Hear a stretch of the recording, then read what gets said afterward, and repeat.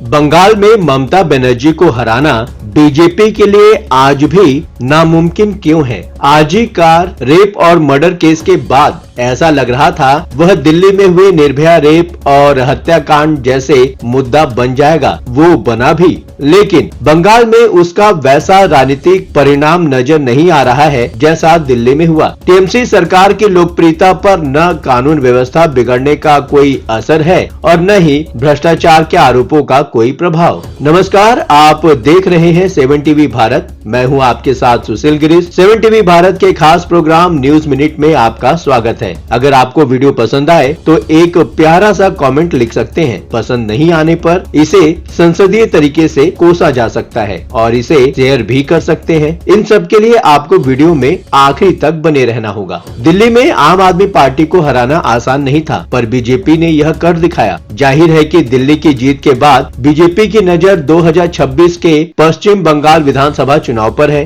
दिल्ली विधानसभा चुनाव में मिली जीत से बीजेपी का आत्मविश्वास बढ़ा है और निश्चित है कि अब वो और ज्यादा उत्साह के साथ बंगाल में ममता बनर्जी को चुनौती देने की कोशिश करेगी। पर बीजेपी के लिए क्या बंगाल जीतना दिल्ली जैसा ही आसान होगा? अगर हम सर्वे की माने तो बंगाल में बीजेपी की जीत अभी दूर की कौड़ी है। सर्वे के अनुसार 2024 के लोकसभा चुनाव में टीएमसी को 29 सीटें मिली थी, पर आज चुनाव हो तो उसे 30 सीटें भी मिल सकती हैं। हालांकि बीजेपी का वोट प्रतिशत 1% बढ़ता हुआ नजर आ रहा है, पर उसकी एक सीट घटती दिख रही है। इसी तरह कांग्रेस को लोकसभा चुनाव में 1 सीट और करीब 5% वोट मिले थे, पर आज की स्थिति यह है कि कांग्रेस का वोट शेयर बढ़कर 10% हो रहा है, पर उसकी 1 सीट भी खतरे में दिख रही है। सवाल ये है कि लगातार 3 टर्म शासन के बाद भी ममता बनर्जी अपनी लोकप्रियता को बंगाल में कैसे बनाई हुई है? आरजी कर रेप और मर्डर केस के बाद ऐसा लग रहा था कि जिस तरह दिल्ली में निर्भया रेप और हत्याकांड मुद्दा बन गया था, वैसा ही कुछ बंगाल में भी होगा। खुद टीएमसी के लोगों ने स्वीकार किया था, सरकार के लेवल पर लिपापोती हुई थी। इसके बावजूद राज्य में ममता बनर्जी और उनकी पार्टी चट्टान की तरह मजबूती से खड़े हैं। आखिर वो कौन से कारण है जिसके चलते सर्वे में ममता बनर्जी अभी बीजेपी के मुकाबले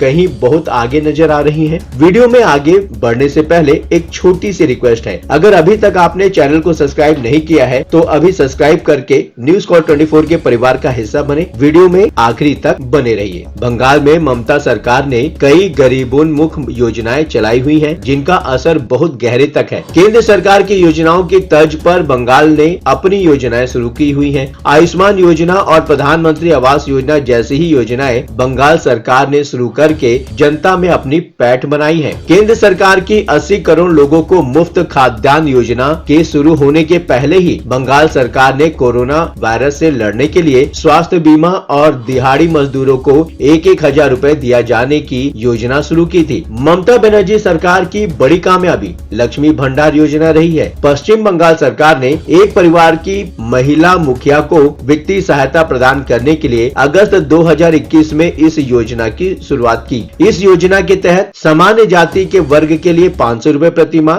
और अनुसूचित जाति एवं अनुसूचित जनजाति वर्ग के लिए लगभग 1000 रुपए प्रति माह दिया जा रहा है। राज्य सरकार इस योजना के लिए साल भर में लगभग 11,000 करोड़ रुपए खर्च करती है। इसके अलावा राज्य में कन्याश्री, रूपाश्री और स्वास्थ्य साथी योजनाओं के चलते आम लोगों में ममता बनर्जी की इमेज एक लोक कल्याणकारी मददगार नेता के रूप में दर्ज हुई है। इस समय बंगाल की कुल आबादी में मुस्लिम आबादी का लगभग 28% से अधिक हिस्सेदारी है। जाहिर है कि ममता बनर्जी की पार्टी टीएमसी की चुनाव में काउंटिंग इन 28 से 30% वोटों के साथ होती है। मुर्शिदाबाद जैसे जिलों में तो 66.8% तक आबादी मुसलमानों की है। मालदा में भी 51.27% मुस्लिम आबादी है। इसके अलावा 4 और जिलों उत्तर दिनाजपुर में 39.92%, बीरभूम में 37.06%, दक्षिण 24 परगना में 35.57% और उत्तर 24 परगना में 30% से अधिक आबादी है। राज्य के करीब 42 लोकसभा सीटों में से 7 लोकसभा सीटें मुस्लिम बहुसंख्यक हैं। 6 ऐसी सीटें हैं जहां पर मुस्लिम वोटर निर्णायक हो सकते हैं। इसी तरह करीब 100 विधानसभा सीटों पर मुस्लिम वोटरों का असर साफ दिखाई देता है। सबसे बड़ी बात यह भी है कि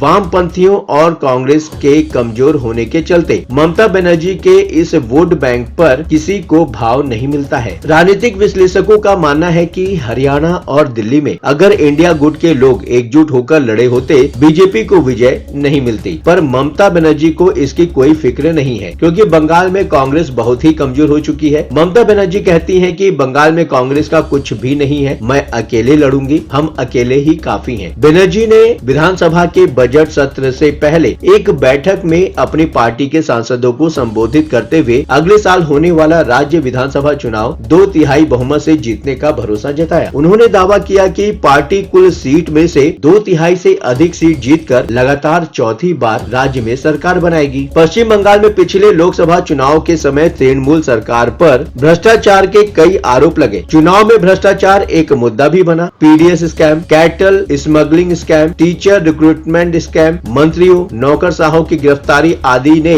सरकार की छवि प्रभावित की है। पर आश्चर्यजनक है कि ममता की इमेज प्रभावित नहीं हुई। दरअसल दिल्ली में अरविंद केजरीवाल के उलट ममता अभी भी लो प्रोफाइल रहती हैं। यही कारण है कि टीएमसी भ्रष्टाचार के आरोपों और जांच एजेंसियों की कार्रवाई को राजनीति से प्रेरित बताने में सफल रही है। केजरीवाल के नाम से शीश महल और शराब घोटाला चिपक गया था। इस तरह का कोई घोटाला ममता बनर्जी के नाम से नहीं चिपक पाया। ममता बनर्जी का अपने साथी आरोपी मंत्रियों से खुद को किनारा करना भी आम जनता के बीच उनकी छवि को बचाए रखने में कारगर साबित होता है। दिल्ली बीजेपी का गढ़ रहा है जबकि बंगाल ममता का गढ़ है। दिल्ली में अरविंद केजरीवाल की स्थिति और ममता बनर्जी की बंगाल में जो प्रभाव है उसमें बहुत अंतर है। अरविंद केजरीवाल की पार्टी नहीं थी और दिल्ली एक समय में बीजेपी का गढ़ भी रहा है, जबकि बंगाल टीएमसी का गढ़ है। यहाँ बीजेपी बाहर से आई हुई एक पार्टी मानी जाती है। हालांकि जनसंघ के संस्थापक श्यामा प्रसाद मुखर्जी बंगाल ही के थे, फिर भी दिल्ली के मुकाबले बंगाल बीजेपी के लिए बिल्कुल नया है। दिल्ली में बीजेपी के नेतृत्व में सरकार बन चुकी है। मदन लाल खुराना, साहिब सिंह वर्मा, सुषमा स्वराज आदि यहाँ पर सीएम पद को सुशोभित कर चुके हैं। पिछले 3 लोकसभा चुनाव में बीजेपी यहाँ क्लीन स्वीप करती रही है। केवल विधानसभा चुनाव में ही बीजेपी यहाँ मात खा रही है, जबकि बंगाल में परिस्थितियाँ ठीक विपरीत हैं। फिलहाल इस वीडियो में इतना ही। आपका क्या सोचना है? कमेंट बॉक्स आपका है, बेझिझक अपने विचार कमेंट बॉक्स में शेयर करें। हाँ, चलते चलते ये बात भी बताना जरूरी है कि 7 टीवी भारत अपने दर्शकों की राय और सूचनाओं के लिए हमेशा खुला है। अगर आपके पास कोई महत्वपूर्ण खबरें, अहम घटना, सामाजिक मुद्दा या कोई ब्रेकिंग अपडेट हो तो वीडियो में दिए गए नंबर पर व्हाट्सएप द्वारा आप हमसे संपर्क कर सकते हैं। हम आपकी गोपनीयता की पूर्ण सुरक्षा का आश्वासन देते हैं। आपके विचार, आपके सुझाव हमारे लिए मायने रखते हैं। अब आपकी बात नहीं रहेगी अनसुनी। ये प्लेटफॉर्म है आपका, आपकी आवाज को बुलंद करने का। वीडियो पसंद आया हो तो वीडियो को लाइक करें, साथ ही चैनल को सब्सक्राइब करना ना भूलें। लगातार खबरों के लिए बने रहिए 7 टीवी भारत के साथ।